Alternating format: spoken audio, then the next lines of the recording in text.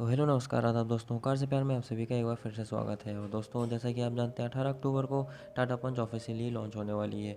लेकिन टाटा कंपनी ने लॉन्च होने से पहले ही अपनी टाटा पंच की क्रैश टेस्ट को रिवील कर दिया है। दोस्तों, ग्लोबल एनकैप ने टाटा पंच की क्रैश टेस्टिंग की है, जिसमें गाड़ी ने बहुत ही अच्छा स्कोर किया है।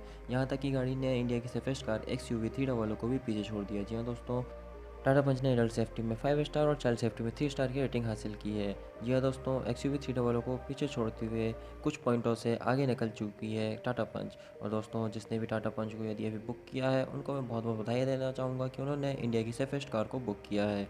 टाटा पंच अपने सेगमेंट की सबसे सस्ती और सबसे ज़्यादा सेफेस्ट कार बन चुकी है। तो दोस्तों, यही था आज की वीडियो के लिए। आपको वीडियो कैसी लगी कमेंट करके ज़रूर बताइएगा। वीडियो को लाइक करना, शेयर करना और हमारे चैनल को सब्सक्राइब जरूर करना। मिलते हैं नेक्स्ट वीडियो में। Till then take care, tata, bye bye.